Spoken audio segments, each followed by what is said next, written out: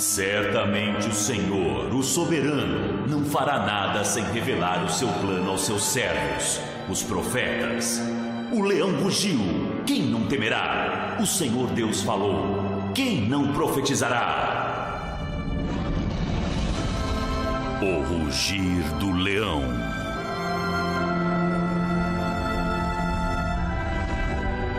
Versão brasileira, Up Voice.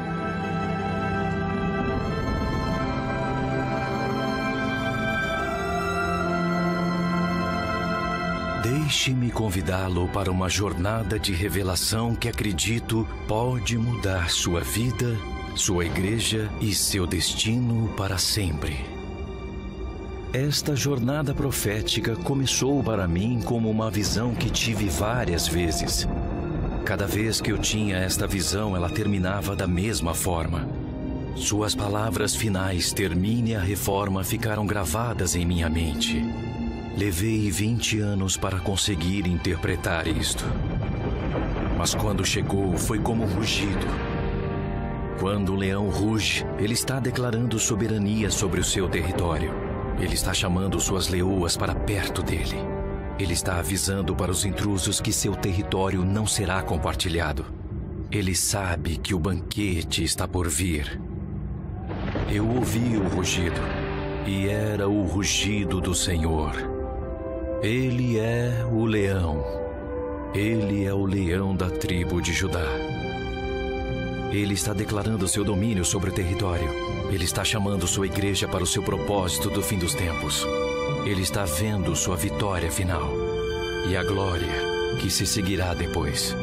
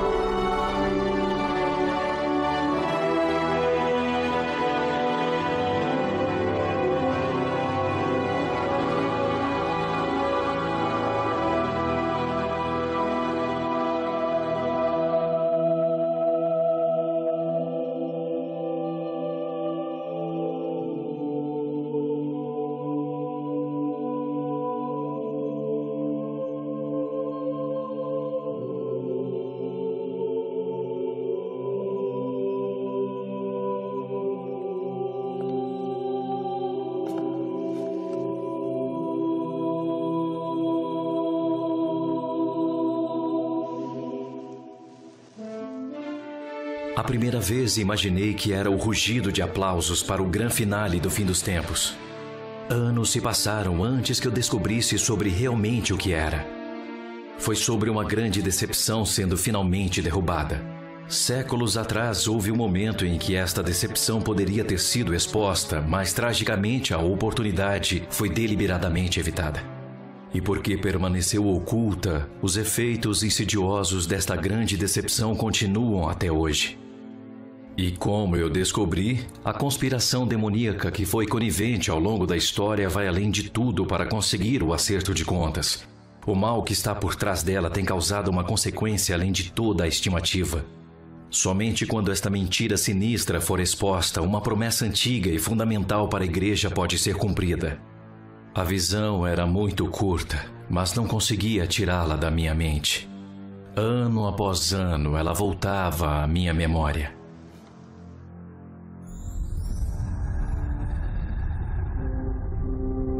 Vi um edifício impressionante com uma imponente entrada em estilo grego com pilares e escadas e um pátio pavimentado na frente dele. As pessoas estavam entrando e saindo dela vestidas com roupas medievais.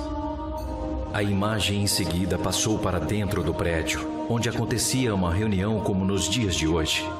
Imaginei que era uma conferência internacional, pois muitas pessoas estavam usando fones de ouvido.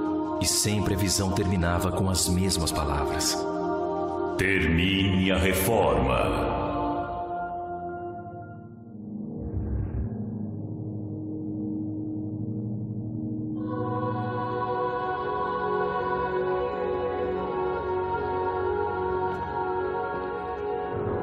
Isto aconteceu há 25 anos. Eu estava na equipe de uma grande igreja na Inglaterra. Foi durante a onda carismática no fim dos anos 80, quando visões não eram tão incomuns. Mas ninguém podia interpretar a minha. Finalmente pedi a Deus para que me explicasse isso ou parasse, até que parou. No entanto, a questão permanecia: o que faria com este enigma de termine a reforma? Então, alguns anos mais tarde, visitava a antiga cidade de Genebra, na Suíça, quando o Senhor me pegou inesperadamente. No século XV, João Calvino reformou a cidade em apenas uma geração. Antes era conhecida como a cidade mais suja de toda a Europa, onde a dança nua nas ruas era um passatempo favorito. Depois ela passou a ser chamada de o melhor exemplo da cidade de Deus desde o tempo dos apóstolos.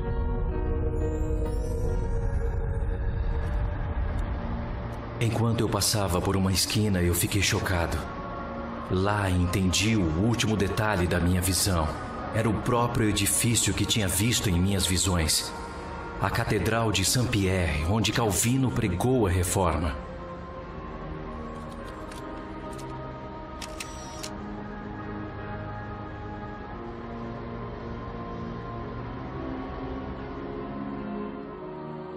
Depois do choque, sabia que tinha uma tarefa.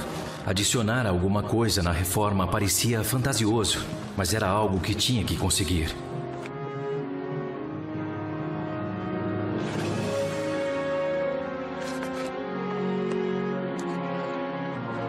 Então comecei a estudar a reforma. Era um amplo assunto que me fascinou, mas foi mais do que jamais poderia imaginar.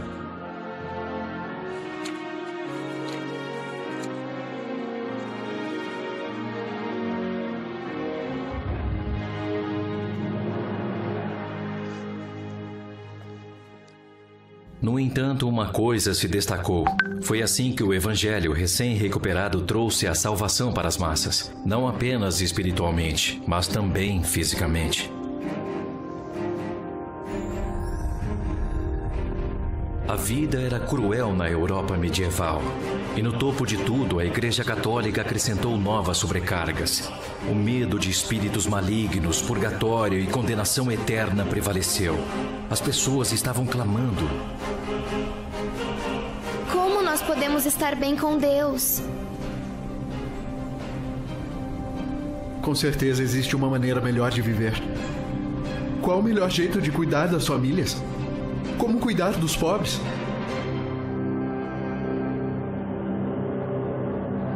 Foi esta opressão profunda que irritou um jovem monge alemão chamado Martinho Lutero.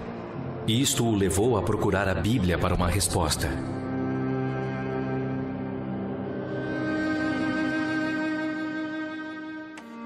O alívio veio no ano de 1513, quando ele entendeu o significado de uma justiça que vem do início ao fim pela fé. Neste ponto, ele sentiu como se tivesse passado pelas portas do paraíso. Mas isto fez a corrupção da Igreja Católica ficar ainda mais intolerável para ele. A venda de indulgências que afirmam libertar as almas do purgatório foi a última gota.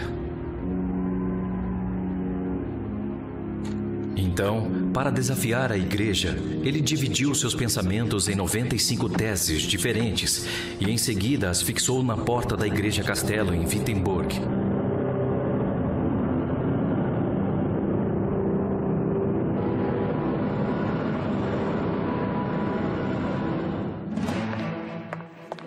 Seu objetivo era apenas abrir um debate. No entanto, a notícia de suas teses se espalharam como fogo. Ele começou a escrever mais e a sua mensagem se tornou viral. Graças à imprensa recentemente inventada, seus escritos foram circulando rapidamente. As teses tiveram um drástico impacto sobre o povo, mas elas não eram suficientes. Entre os que foram convertidos havia um jovem advogado em Paris chamado João Calvino. Ele também começou a escrever, e logo suas Institutas da Fé Cristã estavam sendo amplamente aclamadas.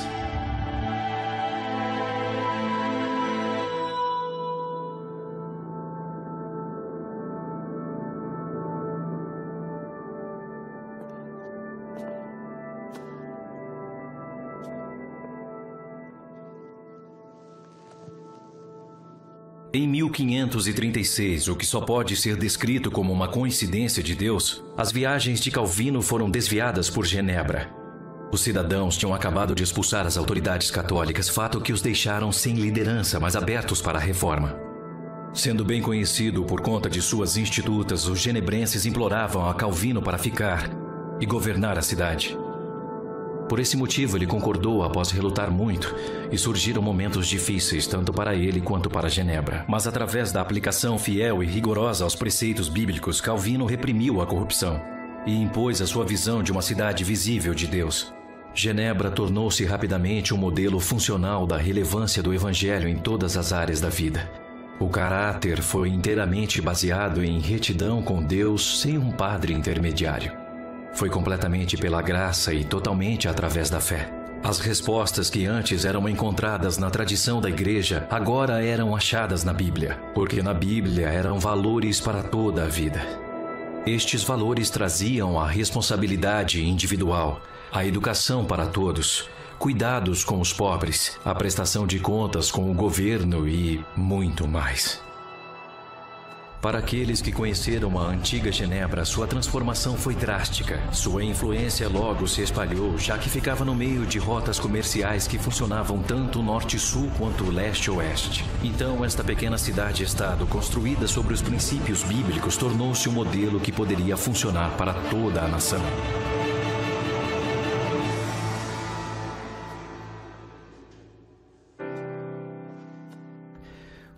Foi uma conquista impressionante. Eu não tinha ideia sobre o que restava para ser concluída.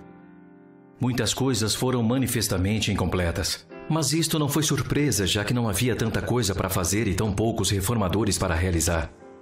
Desde então, no entanto, muitas lacunas foram preenchidas, e de algum modo isso me deixou com mais perguntas. O que Deus realmente quis dizer com a frase "termine a reforma"?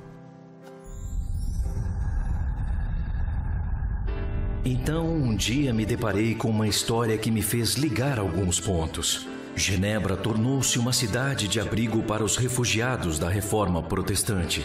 Como resultado, sua população dobrou de 10 para 20 mil. Contudo, em contraste total, um outro grupo de pessoas foi excluído. Eles eram os judeus que foram proibidos de viver em Genebra. Muito antes da reforma, o antissemitismo tinha sido espalhado em toda a Europa. Todo mundo considerava os judeus como um povo amaldiçoado e Genebra não foi exceção. Em 1490, eles foram finalmente expulsos de viverem na cidade e ainda tinham que pagar pedágio para entrarem lá. A situação só foi revertida quase 300 anos depois. A expulsão deles ocorreu de forma trágica 50 anos antes da chegada de Calvino em Genebra e só foi revertida 200 anos depois de sua morte. Apesar da reforma de Calvino, a exclusão deles aconteceu supostamente para refletir os princípios bíblicos em todos os setores da vida.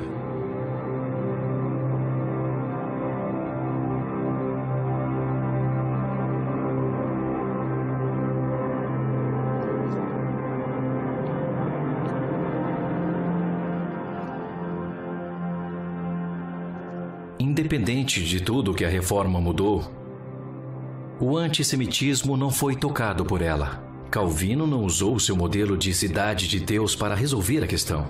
A mensagem dele parecia dizer que qualquer coisa que o evangelho recém-recuperado estivesse mudando não alterava a visão que sempre tivemos do povo judeu. A grande questão foi por quê? Na verdade, Calvino não tinha coragem? Ou apenas não era a prioridade dele? Ou poderia ser uma grande escolha intencional? Tive que descobrir sobre a atitude dele para com os judeus. Mas para chegar ao fundo da questão, decidi começar com Lutero. Logo descobri que seu pensamento final sobre o antissemitismo não era seu pensamento inicial. Primeiro, ele havia tentado lidar duramente com isto. Ele estava revoltado com a demonização dos judeus na igreja. Então ele censurou isso, dizendo: eles estão lidando com os judeus como se fossem cães e não seres humanos.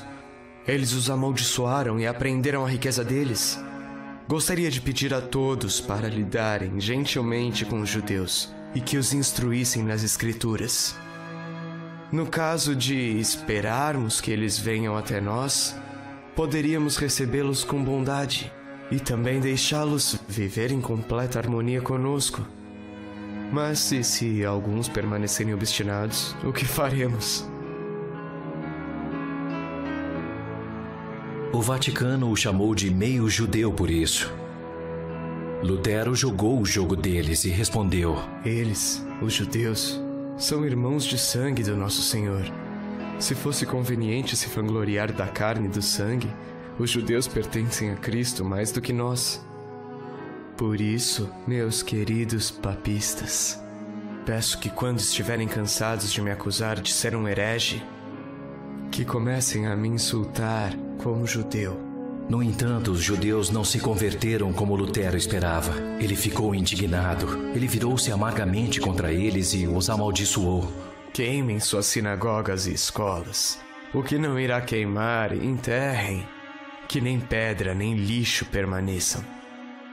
Do mesmo modo, invadam e destruam suas casas. Tirem seus livros de orações e seus talmudes, porque neles não há nada mais do que impiedade, mentiras, maldições e palavrões. Proíbam que seus rabinos ensinem, sob pena de morte ou lesões graves.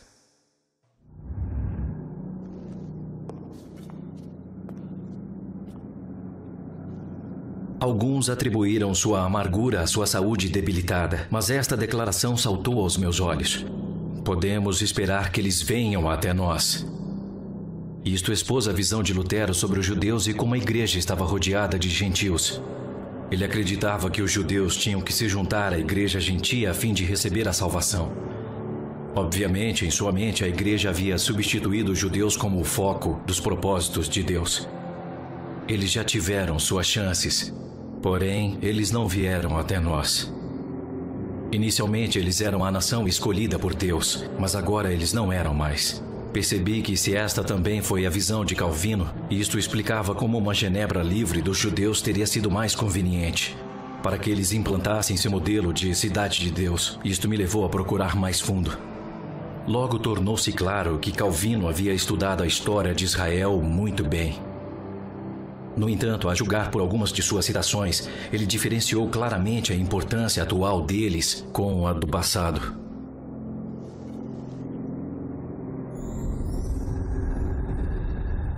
Quanto mais educado, ele escreveu: Eu tive várias conversas com muitos judeus. Eu nunca vi uma gota de piedade, nunca vi um grão de verdade ou ingenuidade. Não, nunca encontrei o senso comum em nenhum judeu. Quando menos educado, ele escreveu que os judeus... Obstinação, podre, inflexível, que faz com que eles mereçam serem oprimidos interminavelmente, sem medida nem fim. Que eles morram na miséria deles, sem a piedade de ninguém.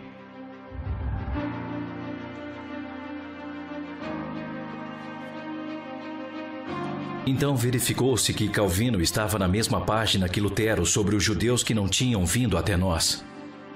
Ele confirmou isto mencionando o que diz em Romanos 11, versículo 26, e assim todo Israel será salvo.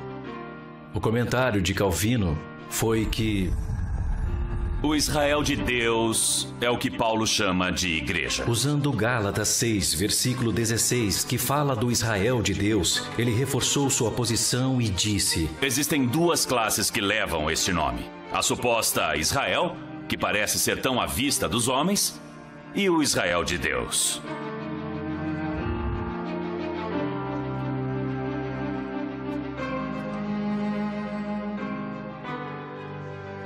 Para Calvino, era uma pretensão que os judeus ainda eram a nação escolhida por Deus.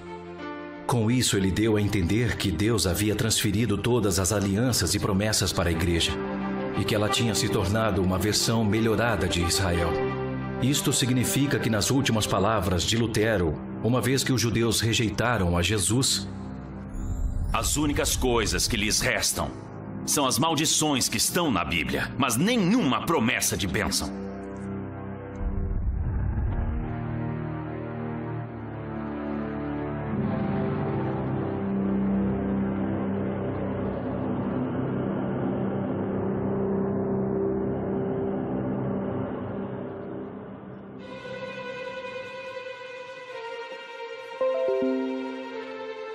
tudo apontava em uma direção.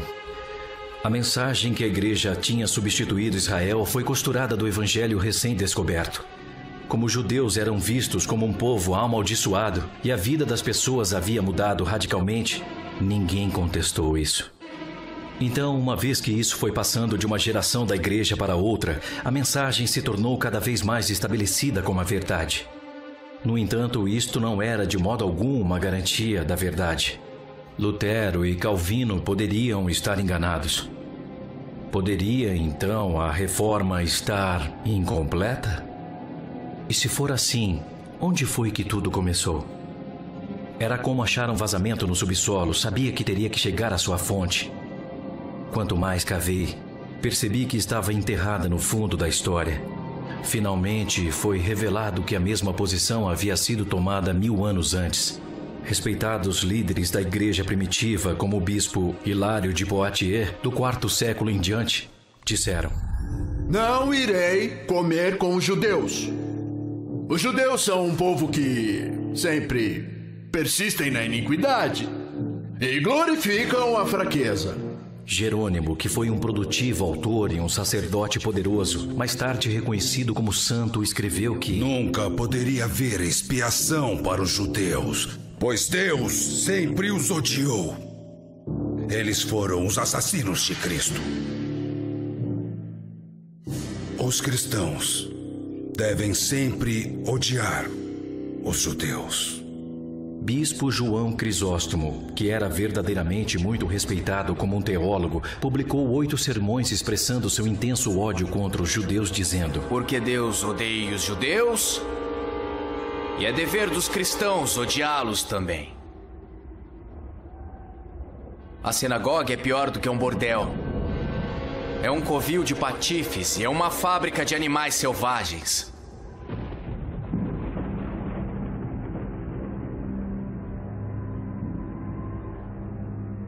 Uma multidão liderada pelo bispo Ambrósio de Milão, que incluiu muitos monges, destruiu a sinagoga de Calínicum, na Mesopotâmia. Quando pediram para reconstruírem a sinagoga com dinheiro dele, ele retrucou zangado: Eu declaro que eu mesmo coloquei fogo na sinagoga, pois não poderia haver um único lugar onde Cristo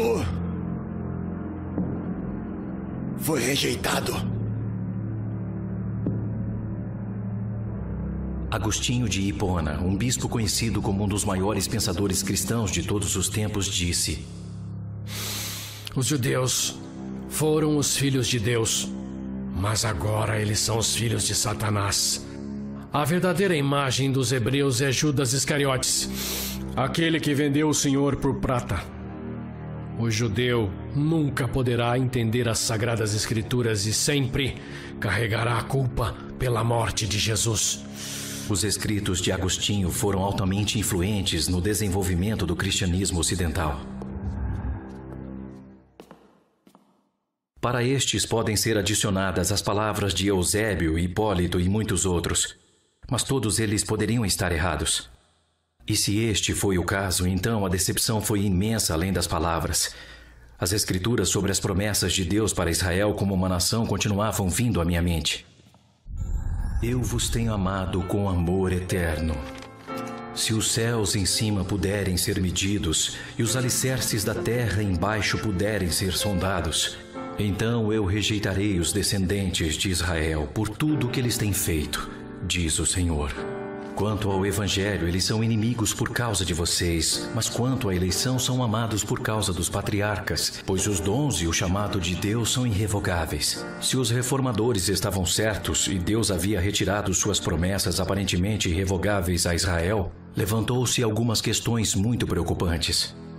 Haveria outras promessas suas que ele também pudesse renegar? O que isso significa para a igreja? Ou para você e para mim? Poderíamos ter a certeza da nossa própria salvação? Mas questões como essa simplesmente não se encaixavam com o Deus que tenho conhecido, que permanece fiel mesmo quando somos infiéis.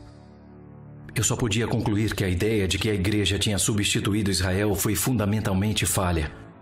Gostaria de ter conhecido Calvino para falar sobre isto cara a cara. Então passei a me imaginar convencê-lo a me encaixar em sua agenda lotada.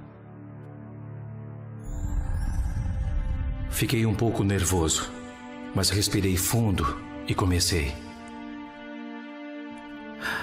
Senhor Calvino, posso lhe perguntar sobre o Estatuto dos Judeus? Em João 14, versículo 6, Jesus diz: ninguém vem ao Pai a não ser por mim. Como pode o povo judeu que não aceita Jesus ter qualquer envolvimento com Deus? Mas Deus não fez uma promessa de amor eterno com eles? O segundo capítulo de Efésios, versículo 8 diz: pois vocês são salvos pela graça, por meio da fé. Não existe cláusula de exceção sobre a identidade nacional ser um meio de salvação, mesmo para o povo judeu de quem nosso Senhor veio. Neste ponto, eu agradeci por seu tempo e saí. Para os reformadores, a salvação pessoal era absolutamente central. Todo o resto era secundário, incluindo a situação dos judeus. Comecei a especular sobre o que os reformadores teriam feito hoje sobre o Estado-nação de Israel. Então deixei a minha imaginação correr um pouco mais, para conhecer Calvino de novo. Posso lhe perguntar qual é a sua visão do retorno do povo judeu à sua terra histórica? Você pode me dizer se os judeus que vivem em Israel estão lá arrependidos? Que estas pessoas têm valores que honram o nome de Deus?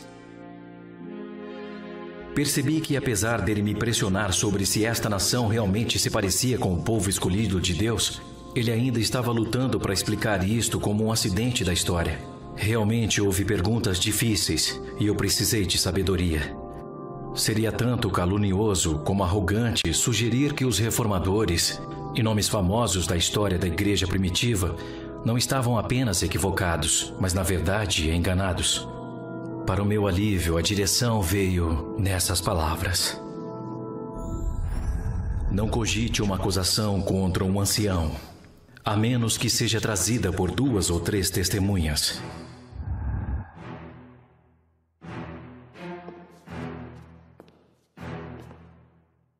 Percebi que poderia convocar 3 testemunhas: a cidade de Genebra, o povo judeu e a igreja protestante. Assim como uma árvore é julgada pelos seus frutos, cada testemunha poderia falar sobre a reforma. Então me imagine entrando no tribunal e convocando a primeira testemunha, a cidade de Genebra. Para a cidade de Genebra, conhecida como a cidade da reforma, eu pergunto: o que aconteceu com você depois da reforma?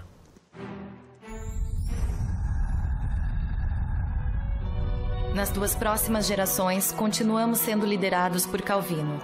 Quando ele faleceu em 1564, Theodor Beza tomou seu lugar. Ele foi menos severo, mas manteve os ensinamentos de Calvino. Continuamos nosso desenvolvimento e continuamos até os dias de hoje, pelo menos no meio material. Hoje em dia, possuímos a sede da ONU e de várias outras organizações internacionais. Uma grande fatia dos investimentos privados ao redor do mundo passa por nossos bancos. Contratos milionários, geralmente secretos, são feitos em Genebra com consequências no mundo afora.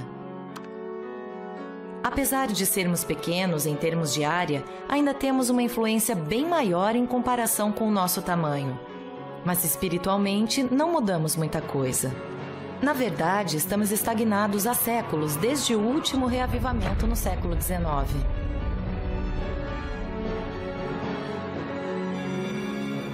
Voltando ao século XVIII, quando Voltaire desembarcou aqui, ele disse: procurei um pastor que acreditasse em Deus, mas não encontrei um sequer. O iluminismo também já tinha sido minado. Era como uma infiltração terrível nas colunas de uma fundação. Começou no fim do século XVII, quando colocamos o racionalismo, o pensamento humano, em primeiro lugar. O racionalismo trouxe tantos avanços que acabou ganhando grande credibilidade. Então qualquer coisa lógica que não podiam provar era considerada mentira, especialmente a fé. Isso deixou a nossa igreja enfraquecida. O racionalismo tentou fazer o evangelho parecer relevante, reduzindo-o somente ao que a lógica racional aceitaria. Os corações dos pastores foram esfriando quando Jesus foi reduzido a nada mais do que um professor com ensinamentos iluminados. O ceticismo e a crítica substituíram a fé. E praticamente tudo o que Calvino tinha realizado aqui em termos espirituais foi desfeito dentro de 150 anos. O mesmo aconteceu para nós como para a igreja em Éfeso. Nós abandonamos o nosso primeiro amor. Nós só podemos tentar lembrar a altura a partir da qual nós caímos. Nosso candelabro foi removido e, para além de alguns feitiços breves, não foi substituído. Obrigado, cidade de Genebra. Terminamos por aqui.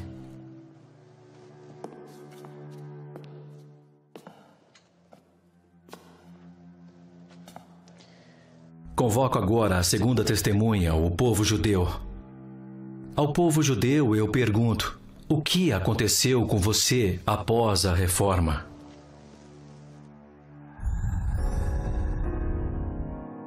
Para nós, a reforma não mudou absolutamente nada. A cruel perseguição que sofríamos continuou sendo realizada. Não mudou nada. Você sabe muito bem do que eu estou falando. Deixe-me apenas dizer alguns nomes, como Kristallnacht, Auschwitz, Dachau, Ravensbrück. Como poderiam tais atrocidades serem feitas a nós apenas por causa da nossa identidade? Como Hitler poderia alegar que em perseguir o nosso povo, ele estava simplesmente fazendo o que a igreja tinha feito por 1600 longos anos? Eu poderia dizer mais coisas, mas será que eu realmente preciso falar mais?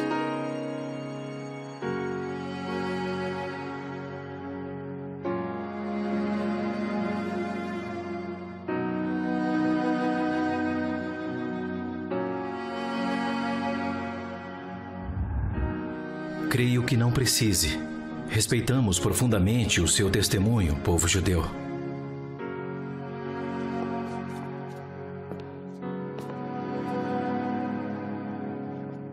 Por favor, eu convoco a terceira testemunha, a Igreja Protestante. Eu pergunto: o que aconteceu com você após a reforma? Foi a reforma que nos criou, foi ela que disseminou o nosso evangelho e alcançou milhões de pessoas. Mas, infelizmente, fomos divididos desde o início. Nossos fundadores, os reformadores, discordaram desde o início. Hoje estamos fragmentados em milhares de diferentes denominações. Hoje somos apenas minoria por aqui. E nós dificilmente podemos dizer que somos o sal e a luz do mundo. Mesmo onde a fé é verdadeira, é geralmente pessoal e privado. Assim como colocamos e tiramos uma peça de roupa, é desse jeito que expressamos a nossa fé, indo à igreja somente aos domingos. Alguém disse que a igreja está dormindo, enquanto Deus está chorando. Isso pode muito bem explicar por que enfrentamos tão pouca perseguição no Ocidente. Porque um tigre adormecido é muito menos perigoso que um tigre ferido. Muitos de nós temos uma religião, em vez de um relacionamento com Deus. Nós toleramos todos os tipos de injustiça. Nós coamos mosquitos, mas engolimos camelos.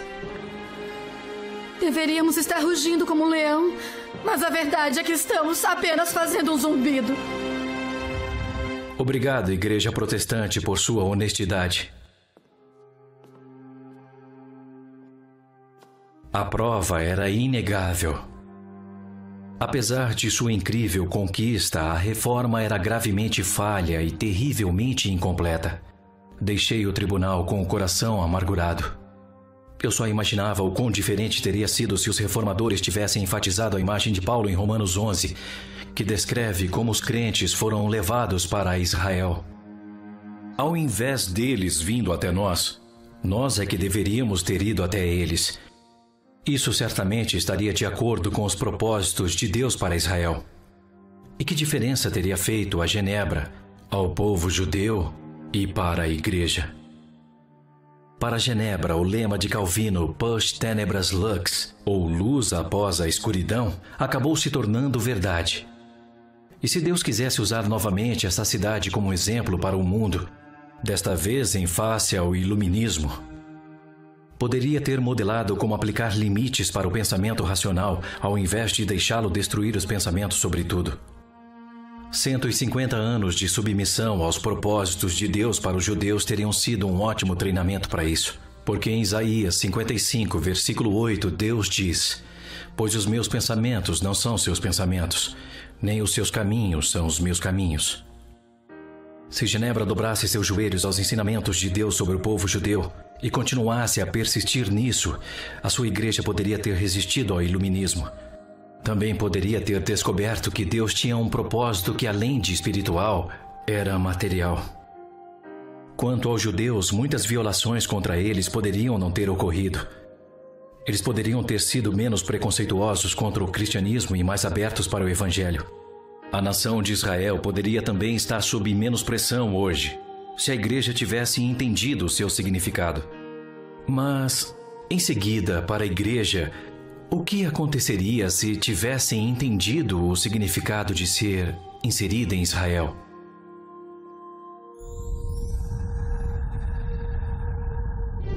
No pátio da Catedral de Saint-Pierre, onde Calvino pregou a Reforma, existe uma estátua moderna do profeta Jeremias.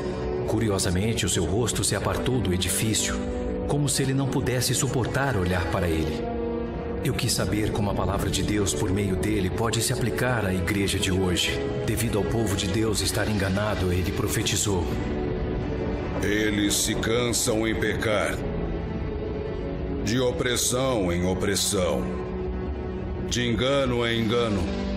Eles se recusam a reconhecer-me, diz o Senhor." Quando ele viu 2 cestos de figos, Deus perguntou a ele o que ele via, e ele respondeu: "Os bons são muito bons,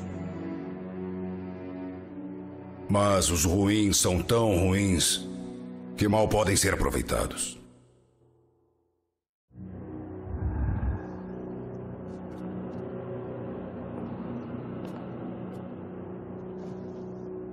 A profecia aborda a igreja de hoje. Ela produz bons frutos, mas também está produzindo frutas podres. Como as árvores que produzem frutos ruins, assim é com a igreja. Suas raízes não têm fornecido os nutrientes necessários. Em Romanos 11, Paulo lembra que a igreja e os nutrientes estão disponíveis, mas só se suas raízes estiverem firmes no solo. Seria diferente se a igreja tivesse firmadas raízes a partir da identidade em Israel? É mais provável que sim. Estava tornando-se cada vez mais óbvio para mim quão errados os reformadores estavam sobre a nação de Israel ter perdido a sua ligação com Deus. Eles caíram na armadilha de um antigo engano que ainda estava buscando a sua oportunidade. Na verdade, era tão convincente que, mesmo buscando algo completamente diferente com a reforma, acabaram regenerando o engano em vez de acabar com ele. E quanto mais me aprofundei, mais eu percebi o quão escandalosa foi a alegação de que os judeus tinham perdido o seu único propósito. Nosso Salvador nasceu em uma família judia e foi criado na tradição judaica. Ele viveu e morreu como um judeu.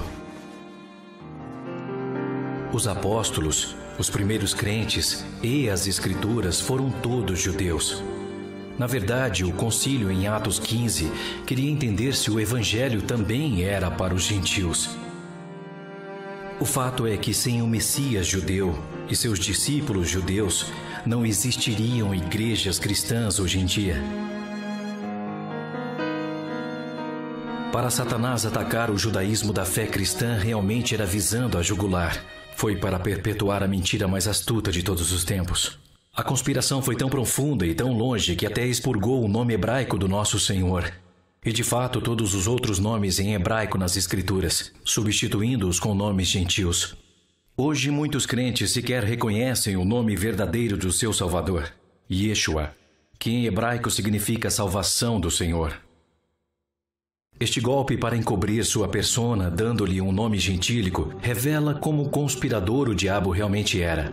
Ele tinha falhado ao tentar impedir que a salvação alcançasse mais pessoas e estava determinado a impedir que se espalhasse mais ainda. Seu único recurso era fazer os crentes gentios pararem de ver além da sua salvação pessoal. E para isso a igreja teve de ser cortada de suas raízes para ser mantida longe de conhecer sua verdadeira identidade e propósito. O plano mostrava todas as suas marcas infernais. Era simples, sutil e audacioso. E também expressou sua ambição de domínio. Eu subirei ao céu. Acima das estrelas de Deus exaltarei o meu trono. Subirei sobre as alturas das nuvens e serei semelhante ao Altíssimo.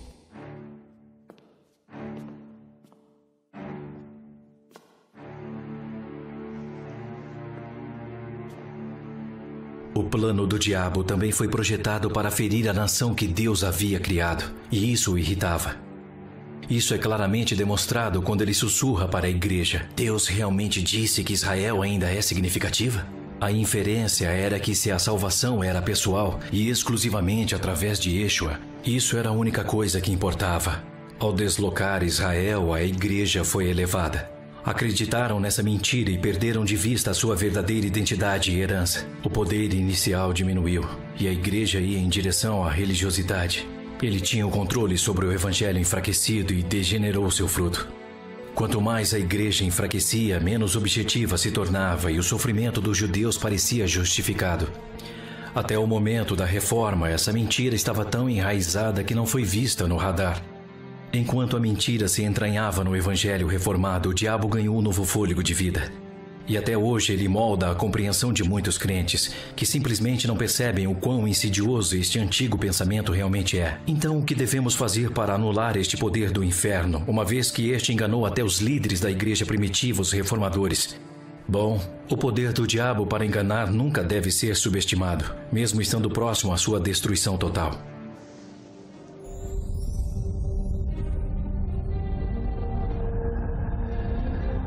Satanás será solto da sua prisão e sairá para enganar as nações que estão nos 4 cantos da terra. Nós vimos o seu poder quando ele atacou após o nascimento da igreja. Vimos na reforma e vamos vê-lo novamente. E Yeshua advertiu que no final dos tempos a estratégia do diabo será enganar os eleitos, se isso for possível. Tanto que ele diz: por se multiplicar a iniquidade, o amor de muitos esfriará. Para o final, a tática do diabo permanece a mesma. Primeiro, distanciar as pessoas de Deus sobre a questão de Israel. Após enfraquecê-los, tem uma ótima oportunidade para pressioná-los e distanciá-los ainda mais de Deus. Em segundo lugar, é para deixar a nação de Israel sem suporte da igreja, de forma a isolá-los. Em terceiro lugar, e talvez mais importante, é limitar o testemunho da igreja não só na terra, mas também no reino celestial. Porque o desejo de Deus é que, através da igreja, a multiforme sabedoria de Deus seja conhecida dos principados e potestades nos céus, segundo o eterno propósito que fez Cristo Jesus, nosso Senhor.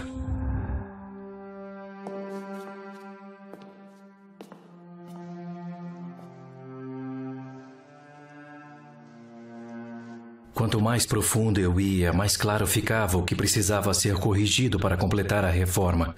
Mas eu ainda não tinha ideia do que isso significava na prática. Então o Senhor me deu a imagem de uma trepadeira que cresceu fora de controle numa parede de tijolos. Ela estava completamente enraizada na alvenaria, tomando toda a parede. Livrar-se da praga, arrancando ramo por ramo, levaria uma eternidade. A única solução era cortar a sua raiz com um machado afiado. Naquele momento eu entendi. Isso é exatamente o que tem que acontecer com o antigo engano.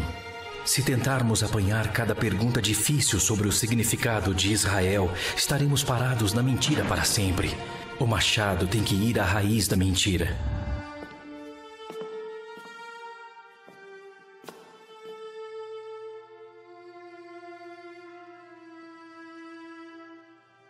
No entanto, cortar a raiz de uma erva daninha não a mata instantaneamente. Ela ainda vive até que seus nutrientes esgotem. Apenas quando a sua raiz enfraquece, ela pode ser facilmente puxada para fora da parede. Uma vez que o engano for destruído diretamente nas raízes, a mentira acabará por perder a sua força. A igreja recuperará a sua identidade, o seu destino e o seu testemunho. Em seguida, o fruto será nutrido. Assim ouviremos o leão rugir, o leão da tribo de Judá, que está declarando o seu domínio sobre o seu território. Convido-os a viajar comigo para descobrir a verdade sobre o povo escolhido de Deus e o destino final da igreja. Talvez você saiba de algo dentro da igreja que não é certo. Talvez você sinta um certo descontentamento quando anda na igreja em um domingo, ou quando você vê como sua cidade permanece indiferente à salvação. Talvez você tenha um desespero particular sobre o estado enfraquecido e comprometido dos crentes do Ocidente e quer saber se existe uma solução. Há esperança, e eu posso mostrar-lhe como. Primeiro, porém, preciso te avisar. O que você vai aprender neste profundo caminho pode mudar a sua vida para sempre. Pode trazer confusão sobre a sua compreensão de igreja e pode até alterar a sua compreensão sobre o que realmente o Evangelho prega. Pode te levar em uma viagem que você nunca ouviu falar antes. Uma viagem que pode trazer grandes consequências para você. Esta é a sua escolha. E você deve escolher sozinho.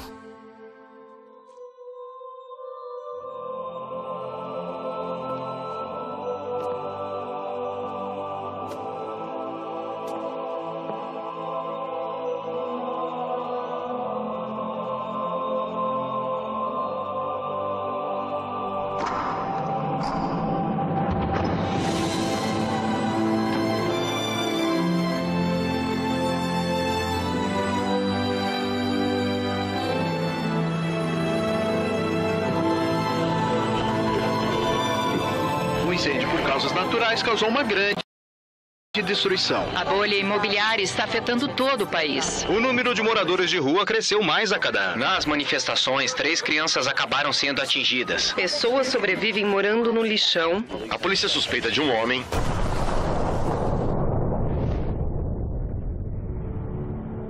Com a reforma, o Evangelho foi recuperado.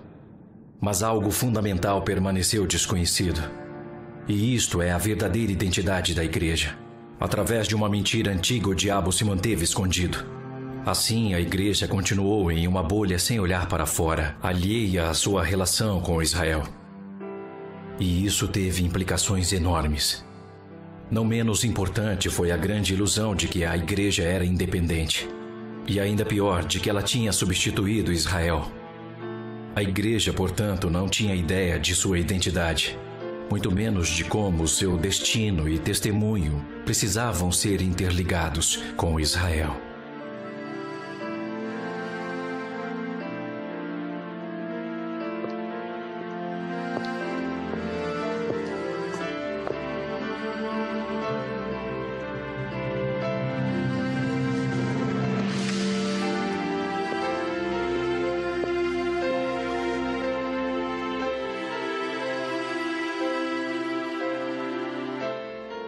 É por isso que, após a primeira parte da reforma ter perdido as forças, nosso testemunho ficou enfraquecido.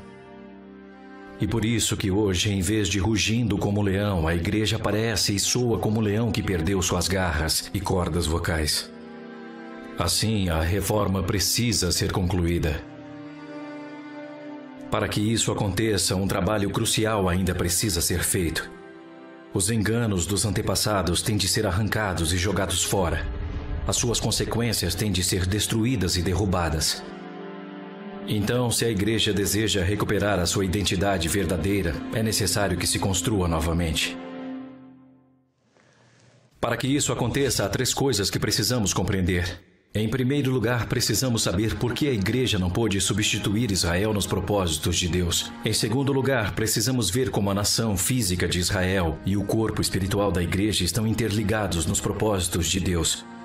Em terceiro lugar, e mais importante, precisamos ter aprendido como ambos importam igualmente a Deus. Para isto, nós vamos seguir os passos de Lutero. Começaremos levantando algumas teses sobre a razão de a igreja não ser o que deveria ser hoje. E então vamos construir e reformar a partir daí. Felizmente, não precisaremos de 95 teses como Lutero. Precisaremos de apenas 5.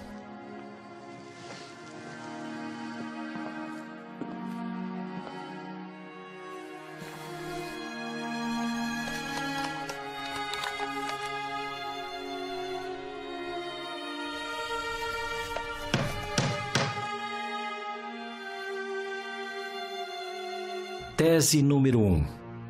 É uma mentira que a Igreja substituiu Israel nos propósitos de Deus.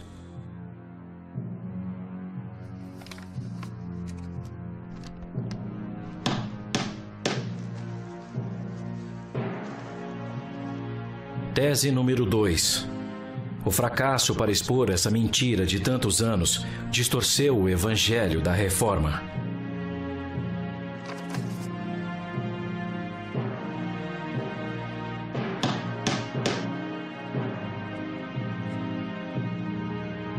Tese número 3.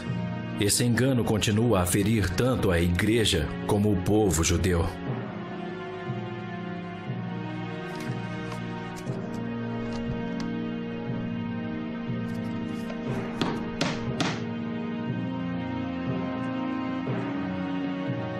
Tese número 4. A verdade sobre os propósitos de Deus para a nação de Israel precisa estar interligada com seus propósitos para a Igreja.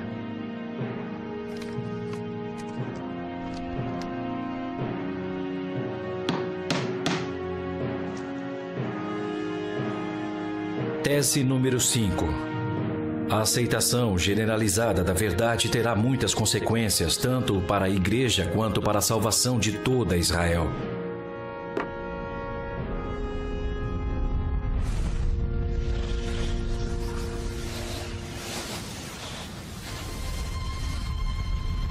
Deus planejou grandes coisas para o povo judeu.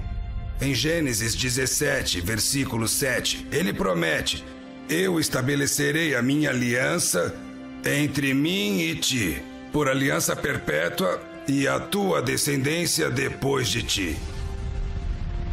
E em Jeremias 31, versículo 37, Deus diz que: se puderem ser medidos os céus lá em cima e sondados os fundamentos da terra cá embaixo, também eu rejeitarei toda a descendência de Israel, por tudo quanto fizeram. Em Jeremias 31, versos 35 e 36, entendemos que essas promessas são incondicionais. Quando Deus diz: assim diz o Senhor, que dá o sol para a luz do dia, e as leis fixas à lua, e as estrelas para a luz da noite, que agita o mar e faz bramir suas ondas, declara: somente se falharem essas leis fixas diante de mim, deixará também a descendência de Israel de ser uma nação diante de mim para sempre. O propósito de Deus para o povo judeu é absolutamente único. Em Gênesis 12, versículos de 1 a 3, Deus prometeu ao povo judeu, através de Abraão: de ti farei uma grande nação, e te abençoarei, e te engrandecerei o nome. Sê tu uma bênção. Abençoarei os que te abençoarem, e amaldiçoarei os que te amaldiçoarem. Em ti serão benditas todas as famílias da terra.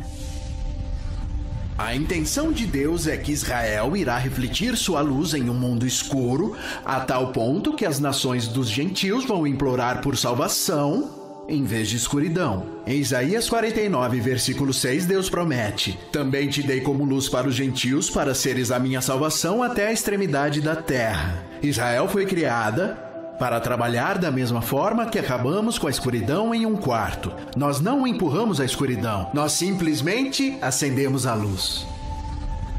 Israel é para ser o sistema de iluminação de todo o mundo, e Deus é para ser sua fonte de alimentação. O testemunho de Israel cada vez mais irá impactar as nações, reluzindo a luz do amor de Deus para a escuridão de um mundo perdido. Virar as costas para Israel é virar as costas para Deus. Os tempos mudam, mas a estratégia do diabo, não. Sua estratégia é a mesma que com Eva no jardim do Éden. Assim como ele se aproveitou dos eventos da igreja primitiva durante a história e depois da reforma, ele tenta se aproveitar ainda hoje com a mesma mentira. Será que Deus realmente disse que Israel ainda é significativa? Lutero batalhou para tentar descobrir como ser uma pessoa correta perante Deus, o que certamente mexeu com o coração das pessoas. Mas se Lutero tivesse enfatizado o que realmente é a salvação, que é a verdadeira justiça de Deus, a história da igreja poderia ter sido muito diferente. E Yeshua nunca disse para nós procurarmos primeiro a nossa própria salvação pessoal. De fato, o termo salvação pessoal não é encontrado em nenhum lugar das Escrituras. Claro que as pessoas precisam estar em comunhão com Deus. Mas não é o nosso reino que é o centro da salvação, é o dele. Ele está no centro, não nós. Por isso, é seu reino e sua justiça que devem estar em primeiro lugar na nossa busca. Qualquer outra coisa nos leva a uma distorção do Evangelho. História é história. Nosso desafio hoje é como faremos isso. Que medidas tomaremos para estourar a bolha de ilusão em que a igreja se encontra? Até onde vamos buscar a grandeza dos propósitos de Deus? Temos que atacar diretamente para que o diabo não consiga perpetuar suas mesmas mentiras. Portanto, podemos escolher deixá-lo continuar propagando suas mentiras ou aplicar estas palavras de Provérbios: os justos são tão corajosos quanto um leão. Nossa declaração à grandeza de Deus e aos seus propósitos de salvação nos levarão ao leão de Judá. Ele virá como um leão que ruge. Ele irá declarar o seu domínio sobre o seu território. Ele então cumprirá a profecia de Oséias. Como posso desistir de você, Efraim? Como posso te entregar, Israel? Eles irão seguir o Senhor. Ele rugirá como um leão. Quando ele ruge, seus filhos tremendo virão do ocidente. Eles tremendo virão como aves do Egito, como pombas da Síria. Os farei habitar em suas casas, declara o Senhor. A questão é: você vai pegar a chave e usá-la você mesmo?